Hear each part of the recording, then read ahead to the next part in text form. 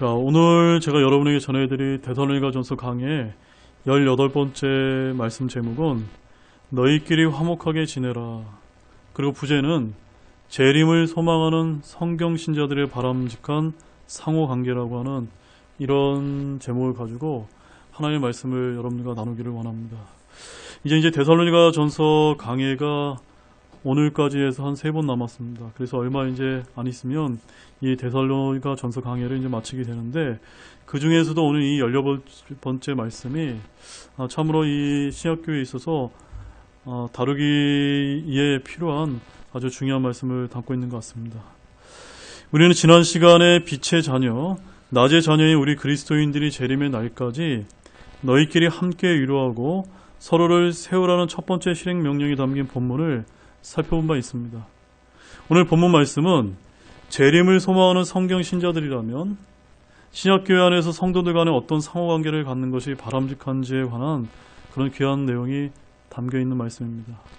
그래서 12절에서 13절 상반절 말씀을 보시게 되면 교회의 영적 지도자들에 대한 존경과 사랑의 권고를 담고 있고, 그 다음에 13절 하반절에서 15절까지는 목회자와 성도와 성도 간의 상호관계 속에서 성경 신자들이 취할 바람직한 자세와 행동에 대한 바울의 귀한 내용이 이제 언급이 되고 있습니다.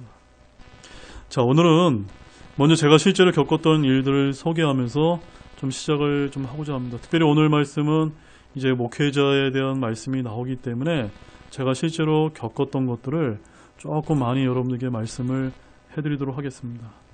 자, 여러분들도 잘 아시다시피 저는 목회자의 자녀로 커서 부모님이 목회하던 고향교회인 경기도 파주의 한 장로교회에서 어린 시절 대부분을 제가 보냈습니다. 유년 시절 저희 부모님이 섬겼던 고향교회를 생각하면 참으로 즐거운 추억이 많았던 것 같습니다.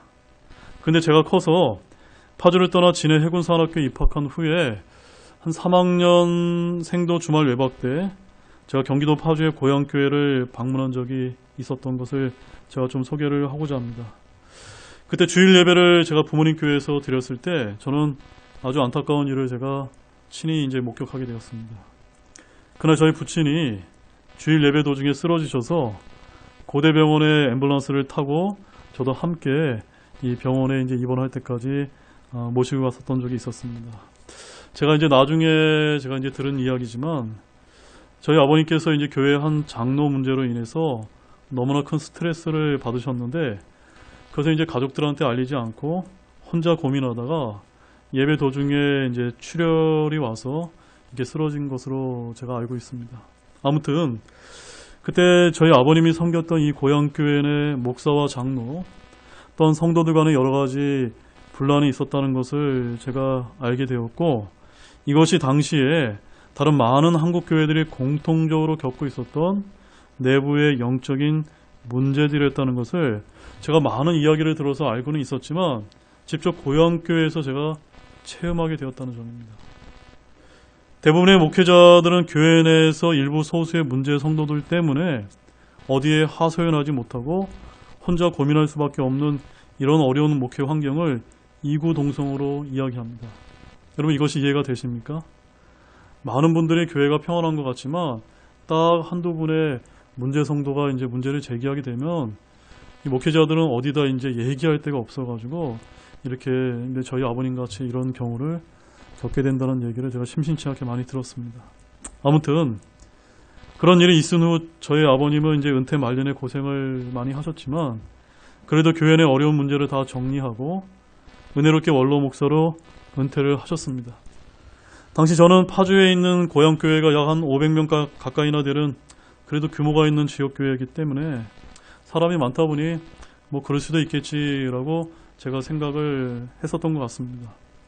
그렇게 제 부친을 통해서 주변의 크고 작은 한국의 많은 교회들이 이런저런 문제로 교회 내에서 다투고 분란이 많다는 현실을 제가 직간접적으로 목회자의 자녀로 크다 보니까 많이 이제 들어왔던 것 같습니다. 아무튼 저는 해군 장교 생활을 하면서 지금까지 장로교회가 아닌 전국의 여러 독립침례교회를 제가 다녔고, 독립침례교회는 바른 성경과 바른 교리를 추구하니까 교회는 문제들이 적지 않을까라고 제가 생각을 한 적이 있었지만 현실은 결코 그렇지 않았다는 점입니다. 얼마 전에 사랑침례교회 담임 목사는 이런 이야기를 했습니다. 교회에서 이런저런 문제로 떠나지 않았다면 약 6,000명가량의 성도들이 교회를 다녔을 텐데 지금은 약 1,000명이 남아있으니 여러분은 잘 생존하셨습니다. 라고 이렇게 말한 바가 있습니다. 이것은 하나의 독립침례교의 단면을 보여주는 하나의 좋은 예인 것 같습니다.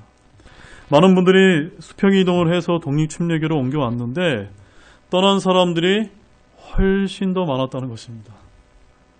즉 독립침례교 역시도 다른 일반 교회와 마찬가지로 교회 내 이런저런 영적인 문제들이 많이 발생한다는 것입니다. 또한 제가 부목사로 섬겼던 일산 갈보리 침례교 역시도 마찬가지였습니다. 아시다시피 일산 갈보리 침례교 담임 목사님은 참으로 온유하고 목회를 참 잘하시는 그런 분이셨는데 제가 부목사로 3년 내내 끊임없이 어려움이 있었고 여러 가지 일들이 겹쳐서 결국 담임 목사가 병원에 입원한 적도 있었다는 것입니다. 제가 가깝게 사역을 보좌하면서 느낀 것은 대다수의 신실한 성도들은 괜찮은데 꼭 몇몇 소수의 문제의 성도들 때문에 그러한 어려움이 발생한다는 것이었습니다. 이것은 우리 교회에도 예외가 아닐 수 있다는 것을 여러분들 잘 아시리라 믿습니다. 그래서 제가 최근에 내린 결론은 이것입니다. 독립침례교회가 성경적인 바른 신학교회를 추구하다 보니 사탄 마귀가 어쩌면 더욱더 괴롭힐 수도 있겠다는 생각을 제가 많이 하게 되었습니다. 여러분의 생각은 어떻습니까? 여기 동의가 되십니까? 따라서 오늘 말씀을 제가 본격적으로 보기에 앞서서 제가 이 말씀부터 드리고 시작하고자 합니다. 고린도전서 10장 12절에 여러분들이 아주 잘 아시는 말씀이 있는데 제가 읽어드리도록 하겠습니다. 그런즉 스스로 서 있는 줄로 생각하는 자는 넘어지지 않도록 주의할지니라. 서 있는 자는 어떻게 하지 않도록 주의하라고요? 넘어지지 않도록 주의하라는 겁니다. 혹시 이 자리에 계신 분들 중에 저를 비롯해서 여러분들도 서 있다고 생각하는 분이 없기를 원합니다. 왜냐하면 우리도 언제 어떻게 교회를 대적하면서 넘어질 수 있기 때문이라는 것입니다. 자, 그럼 지금부터 본문을 좀 보겠습니다. 12절에서 13절 말씀을 좀 보겠습니다. 형제들아, 우리가 너희에게 간청하노니 너희 가운데서 수고하고 주 안에서 너희를 감독하며 너희에게 훈계하는 자들을 알고 그들의 일로 인하여 사랑 안에서 그들을 매우 귀중히 여기라. 또 너희끼리 화목하게 지내라. 자, 여러분, 여기서 너희 가운데서 수고하고 주 안에서 너희를 감독하며 너희에게 훈계하는 자들은 누구를 지칭할까요? 네, 맞습니다. 교회 목사를 지칭하는 것입니다. 앞서 11절 말씀에서 형제들 간에 해야 할 일을 말한 후에 목사에 대해서 성도들이 어떻게 대해야 되는지를 여기서 말씀을 해주고 있습니다. 교회 안에는 사역자들이 있는데 성도 여러분들은 어떻게 대해야 한다고 여기서 가르치고 있습니까? 본문에서는 크게 두 가지를 이제 말하고 있는데요. 13절을 다시 한번 보시게 되면 그들의 일로 인하여 사랑 안에서 그들을 매우 귀중히 여기라는 것입니다. 자, 본문에서 첫 번째는 사역자들을 위해서 어떻게 하라는 겁니까? 사랑 안에서 매우 귀중히 여기라는 것입니다. 왜 그렇습니까? 성경에서는 그 이유를 그들의 일로 인하여 라고 이렇게 말하고 있습니다. 자, 어떤 일입니까, 여러분?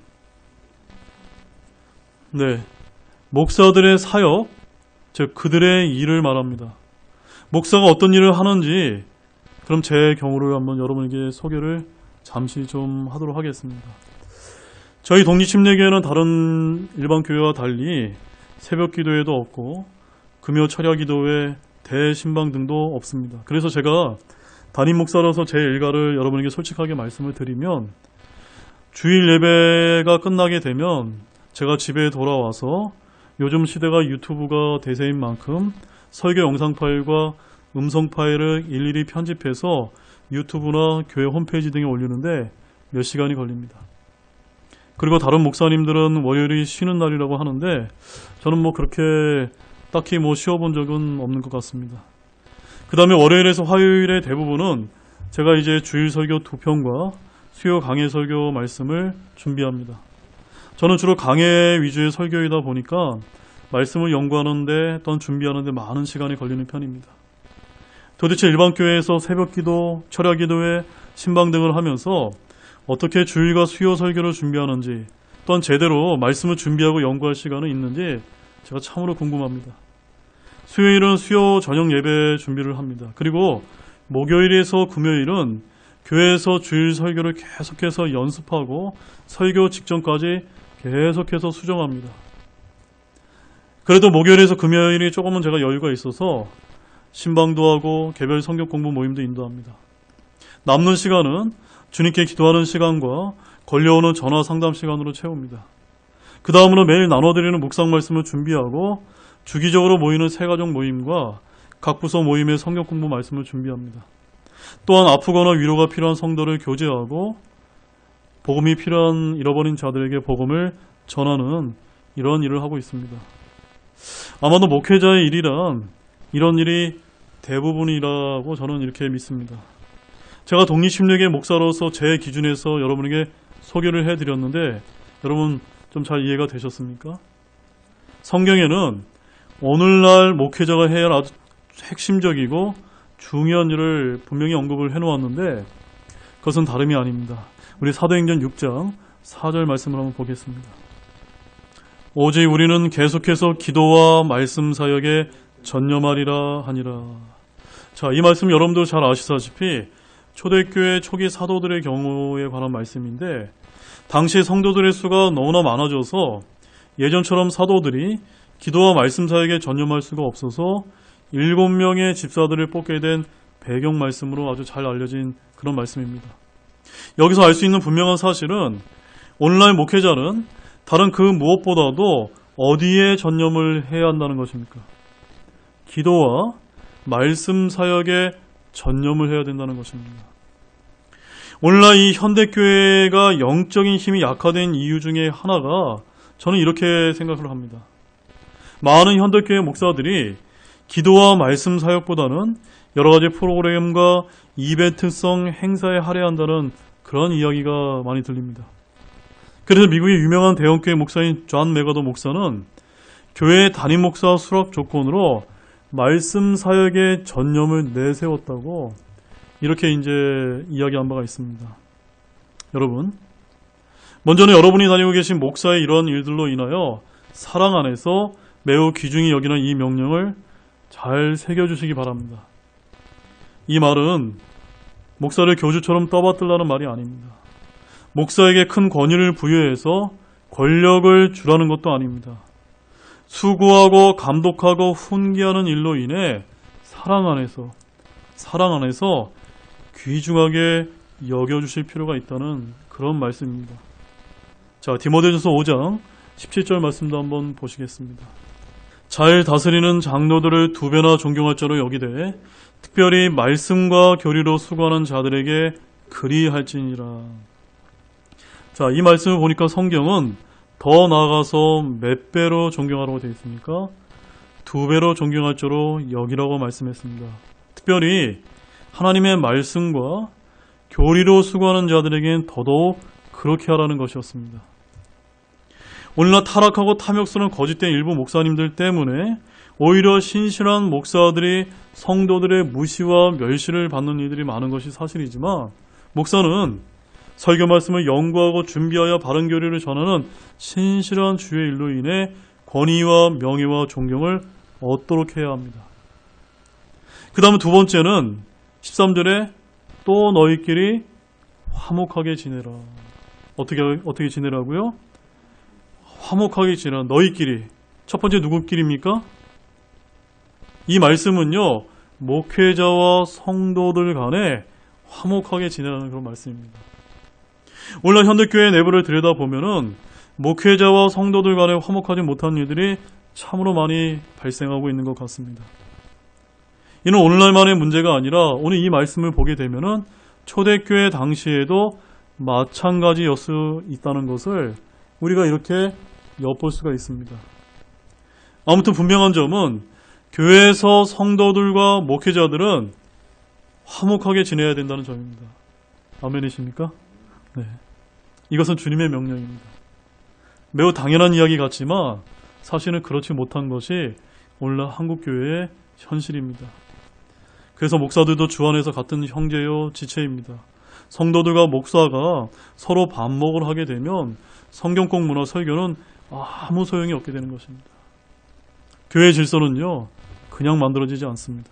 성도들은 목사가 하는 일로 인하여 사랑 안에서 귀중히 여기고 존중을 해줘야만 하며, 목사 역시도 기도와 말씀 사역을 위해서 전쟁터에 임하는 자세로 준비하고 지체들을 사랑으로 양육을 해야 합니다. 이런 상호작용이 원활하게 작동될 때 교회는 아름다운 질서가 유지되며 주님의 몸된 귀한 교회가 될 것임을 믿으시기 바랍니다. 자, 본문 14절 말씀 보겠습니다. 형제들아, 이제 우리가 너희에게 권면하노니 제멋대로 행하는 자들에게 경고하고 마음이 약한 자들을 위로하며 연약한 자들을 붙들어주고 모든 사람에게 인내하라. 자, 12절에서 13절 말씀에서는 신약교회 내 질서를 위해서 성도들이 목사를 어떻게 대해야 하는지와 목사와 성도 간에 화목하게 지내야 함을 강조했습니다. 이렇게만 하면 교회 내 모든 문제가 해결될까요? 여러분 어떻게 생각하십니까? 해결될 수 있을까요? 그렇지 않습니다. 바로 그것에 대한 조언을 바울은 여기 14절 말씀에서 이어서 주고 있다는 것을 주목하시기 바랍니다. 교회는 다양한 직업과 성격과 배경을 가진 사람들이 모여있는 그런 곳입니다. 그래서 앞에서 제가 언급을 했다시피 대부분은 교회의 질서를 존중하며 믿음 생활을 신실하게 잘하는 성도들이 대다수입니다. 근데 문제는 꼭 어떤 자들이 있다는 겁니까? 제멋대로 행하는 자들이 있다는 것입니다. 교회에 막 오기 시작해서 몇 년간은 조심하지만 이제 무언가 이야기할 위치와 입지가 되었다고 판단이 되면 교회 내에서 해서는 안 되는 말과 행동으로 교회의 질서를 허물어뜨리는 일, 즉 오늘 본문에서는 어떠한 자들이라고 소개하고 있습니까? 제멋대로 행하는 자들이 있다라고 성경은 아주 강력하게 경고하고 있는 것입니다. 자, 제가 여러분이 질문을 드리겠습니다. 이런 제멋대로 행하는 자들이 교회에 있다면 우리는 어떻게 대해야만 됩니까? 예, 맞습니다. 경고를 해야 된다는 점입니다. 교회 내에서 경고라는 것은 무엇을 뜻합니까? 교회 안에서는요, 훈계도 필요하고요, 책망도 필요하고, 경고도 필요하고, 때로는 심하면 징계도 해야 되는 것을 바로 여기서 경고라는 의미로 쓰였다는 것입니다. 심한 경우에는 꾸짖고 바로 잡아도 회개하지 않을 때는 출교를 시켜야만 됩니다. 때로 분리가 필요할 때도 있습니다. 우리 성도들이 많이 오해하는 점이 바로 이것인데요. 교회는 무조건 사랑으로 감싸줘야 한다는 것입니다. 여러분 어떻게 생각하십니까? 무조건 사랑으로 감싸줘야만 됩니까? 오늘 근데 이 사도 바울의 권면 말씀에 보면 무조건 사랑으로 감싸주라는 이런 말씀이 아닙니다. 이 점에 있어서 목사와 성도 간에는 바라보는 관점이 크게 차이가 날 때가 있습니다. 목사는 하나님의 말씀으로 바르게 양육하는 것도 필요하지만 교회 내에 일어날 수 있는 위험과 문제로부터 순수한 양들을 지키고 보호할 책무도 함께 있다는 점입니다. 그렇기 때문에 말씀대로 하지 않고 제멋대로 행하는 자들을 용납하는 것은 결코 사랑이 아니라는 점을 여러분들 아시기 바랍니다. 그들에게 어떻게 해야만 됩니까? 경고하라. 경고해야 된다고 말씀하고 있는 것입니다. 그래야 이 신약교회가 성경대로 그 질서가 유지가 될 수 있기 때문입니다. 교회도 여러 사람들이 모여있기 때문에 때로는 경고 조치를 통해서 질서 유지가 필요한데, 근데 이렇게만 하다 보면요, 어떠한 문제가 발생하는 줄 아십니까? 오늘 본문 말씀에 보게 되면요, 마음이 약한 자들과 믿음이 연약한 자들에게 반드시 문제가 발생하게 되어 있다는 점입니다. 그래서 제가 어렸을 때 저희 부모님이 목회할 때 제가 들은 말인데요, 교회 내에서 어떤 분란과 문제가 발생하게 되면 이상하게 문제를 일으킨 사람보다는요, 엉뚱하게 가만히 조용히 있던 성도 가정이 꼭 떠난다는 것입니다. 왜 그런지 아십니까? 이유를 확인해 보니까 교회 내 분란만 생기면 이리저리 떠돌아다니던 그런 연약한 가정이 바로 그런 가정이었다는 것입니다. 그래서 성경은 뭐라고 말씀하고 있습니까? 마음이 약한 자들을 위로해야 되고 믿음이 연약한 자들을 붙들어줘야 된다고 강조하고 있는 것입니다. 꼭 마귀는 교회의 분란을 일으키기 위해서 목회자를 흔들고 성도들을 이간질시켜서 교회 질서를 무너뜨리려고 합니다. 이러한 일이 교회 내에서 일어나게 되면요, 여기 모여 계신 영적으로 장성한 바로 형제자님 여러분들이 그들을 위로하고 붙들어 주셔야만 합니다. 그리고 그런 과정에서 모든 사람에게 인내하는 과정이 필요합니다. 즉 장성한 신자들은 마음이 약하고 연약해 보이는 그런 성도분들이 보이는 말과 행동으로 인해서 흔들리지 마시고 참고 인내할 필요가 있다는 그런 말씀입니다. 자, 여기서 우리가 유의해야 될 점은요, 양심이 약한 자들은 어떻게 해줘야만 됩니까? 붙들어줘야만 됩니다. 그러나 여러분 잘 들으십시오. 약한 것과 악한 것은 같습니까? 틀립니까? 완전히 틀리다는 것입니다. 이것은 완전히 우리가 분명히 구분해야 됩니다. 약한 마음을 가진 것과 악한 마음은 완전히 다른 것입니다. 약한 양심과 악한 양심은 전혀 다른 것입니다. 우리는 각기 그 사람에 맞는 처신이 필요한데 모든 사람에게 해당하는 한 가지는 인내라는 것입니다. 그래서 14절 말씀에서 뭐라고 이야기하고 있습니까? 모든 사람에게 인내하라. 인내하라는 말은요, 참고 견디며 기다려주라는 것입니다. 그렇지만 여기 단서 조항이 있습니다. 제멋대로 행하는 사람은 어떻게 해야 될까요? 교회 질서를 위해서 그들은 우리가 무조건 참기만 하면 되는 것이 아니라 경고를 해야만 그 교회의 피해를 최소화할 수 있다라고 아주 성경은 이러한 문제에 대해서 실질적인 조언을 해주고 있다는 점입니다. 자, 우리 마지막 15절 말씀 보겠습니다. 조심하여 아무도 누구에게든지 악으로 악을 갚지 말고 도리어 너희 가운데서도 선하고 또 모든 사람에게 선한 것을 항상 따르라. 자, 이제 마지막 15절 말씀을 가장 중요한 실행 명령이 나옵니다. 제가 교회 내에 이런저런 분란이나 문제가 발생할 때마다 언제나 먼저 떠올리는 말씀이 바로 이 말씀입니다. 악으로 악을 갚지 말라는 것입니다. 우리가 많은 경우 교회를 치리하다 보면은 실수를 하는 경우를 많이 보게 됩니다. 이 말씀을 바로 잘 지키지 못하기 때문입니다. 교회는요, 제멋대로 행하는 자들이 반드시 있기 마련입니다. 그들이 목사와 성도들 사이를 이간질하고 비방하고 욕을 한다면 저와 여러분은 어떻게 되어야 됩니까? 하나님의 말씀으로 권면하고 경고는 하되 결코 같은 방식으로 반응을 해서는 될까요? 안 될까요? 안 된다는 것입니다. 그것은 둘 다 망하는 길이며 마귀가 노리는 것이 바로 그것이라는 점입니다.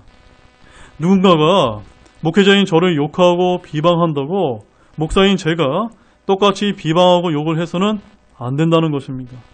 그러나 육적인 본성 안에서 이것을 참는 것은 결코 쉽지 않습니다.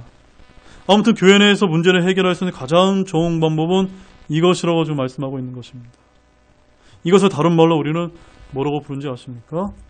바로 그리스도의 십자가 안에서 우리가 못 박혀 죽었다라는 것을 인식하는 것입니다. 우리 갈라디아서 2장 20절 말씀을 한번 보시겠습니다. 내가 그리스도와 함께 십자가에 못 박혀 있으나 그럼에도 불구하고 사노라. 그러나 내가 아니요 그리스도께서 내 안에 사시느니라. 나는 지금 내가 육체 안에서 사는 삶을 나를 사랑하사 나를 위해 자신을 주신 하나님의 아들의 믿음으로 사노라. 여러분, 목사도 사람이고 성도도 사람입니다.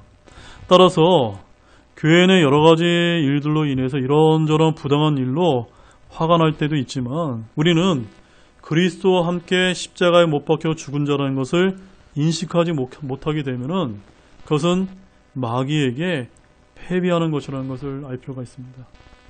그렇게 십자가에서 죽은 자임을 인식하고 내려놓게 되면은 내 안에서 누가 사십니까?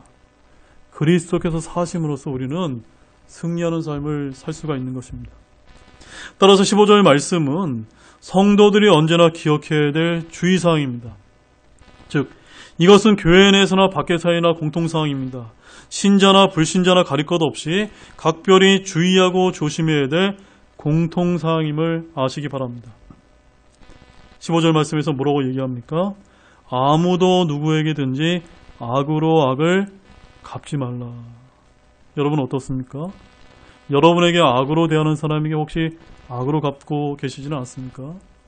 이 말씀 바로 나를 비난하는 자이든지 저주하는 자이든지 원수이든지 우리는 악으로 악을 갚아서는 안 된다는 것입니다. 그럼 어떻게 해야 됩니까?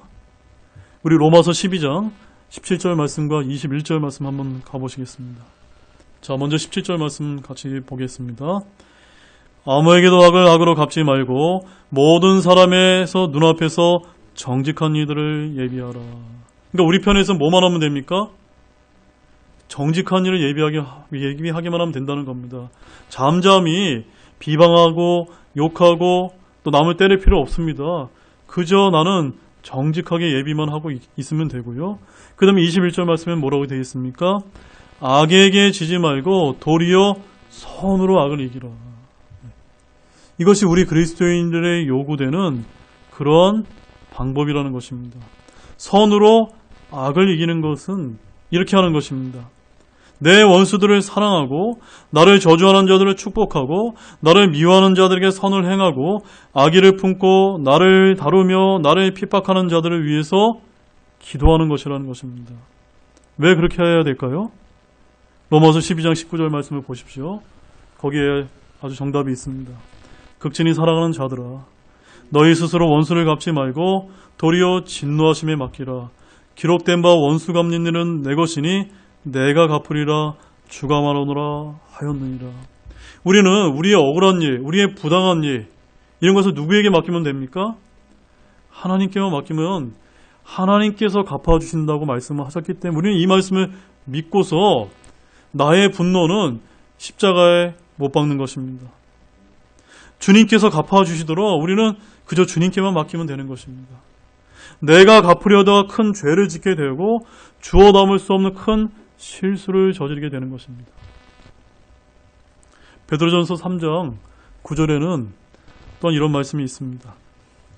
악을 악으로 욕설을 욕설로 갚지 말고 오히려 그와 반대로 축복하라. 이런 일을 위해 너희가 부르심을 받은 줄 아나니 이것은 너희가 복을 상속받게 하려 함이라.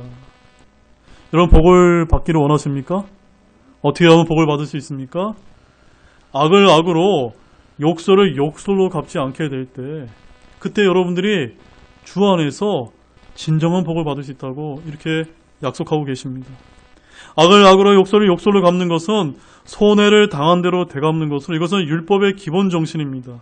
그러나 우리는요 율법 시대를 살고 있는 것이 아니라 신약 시대를 살아가는 그리스도인이라는 것입니다. 모세의 율법과는 정반대로 악을 악으로 욕설을 욕설로 갚지 말고 반대로 우리는 어떻게 해야 됩니까? 축복하고 기도해야 된다는 것입니다. 쉽지 않습니다. 그렇죠 여러분? 그러나 이렇게 할 때 하나님께서 우리에게 복을 허락해 주고 계시다는 것입니다. 그래서 본문 15절 말씀에서는 이렇게 또 이야기합니다. 모든 사람에게 선한 것을 항상 따르라. 우리 같이 한번 읽어보겠습니다. 모든 사람에게 선한 것을 항상 따르라. 여러분 제가 질문 드리겠습니다. 여기 선한 것은 무엇을 뜻하는 것일까요? 이제 마지막으로 우리가 따라야 될 선한 것은 바로 예수 그리스도이심을 아시기 바랍니다. 하나님 한 분 외에는 선하신 분이 없는데 오직 예수 그리스도 한 분만이 선하시고 의로우시고 거룩하신 분으로서 하나님이시라는 것입니다.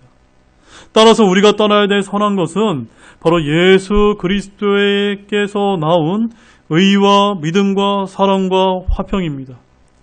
우리가 따라야 될 선한 것은 그리스도의 화평과 거룩함입니다. 우리가 따라야 될 선한 것은 예수 그리스도의 믿음인 것입니다. 우리가 따라야 할 선한 것은 바로 그리스도의 화평을 우리가 추구하는 것입니다. 그래서 사도 요한은 이렇게 말했습니다. 우리 마지막 말씀으로 요한 3서 11절 말씀을 보겠습니다.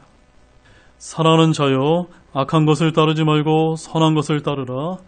선을 행하는 자는 하나님께 속하였으나 악을 행하는 자는 하나님을 보지 못하였느니라. 바로 이 말씀처럼 저와 여러분이 우리 등대교회 모든 우리 성도 여러분이 모든 일에서 악한 것을 따르지 마시고 선한 것을 따르는 모든 분들이 되시기를 주님의 이름으로 소망합니다. 이제 결론을 맺겠습니다. 사랑하는 여러분, 여러분, 하나님을 보기를 원하십니까? 하나님을 본다는 것은요, 다른 데 있는 것이 아니라 우리가 악한 것이 아니라 선한 것을 따르는 데 있다는 것입니다.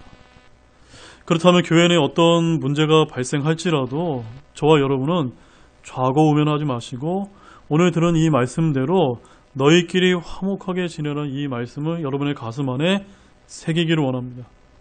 오늘 수많은 교회들에서 이런 말씀을 잘 지키지 못해서 화목하게 지내지 못하는 일들이 참으로 많은 것 같습니다. 이것 때문에 성도들이 상처를 입기도 합니다. 또한 마귀가 이것을 노립니다. 그러면 오늘 배운 바울의 권면을 잘 새겨서 우리 모두가 실천하기를 원합니다. 목사는 성도들을 매우 귀중히 여기고 성도들 역시도 목사를 사랑 안에서 목사의 일로 귀중히 여김으로써 우리 교회가 주님 오실 날까지 책망받을 것이 없는 그런 신약교회로 남아있기를 우리 주 예수 그리스도의 이름으로 축원드립니다. 기도하고 마치겠습니다.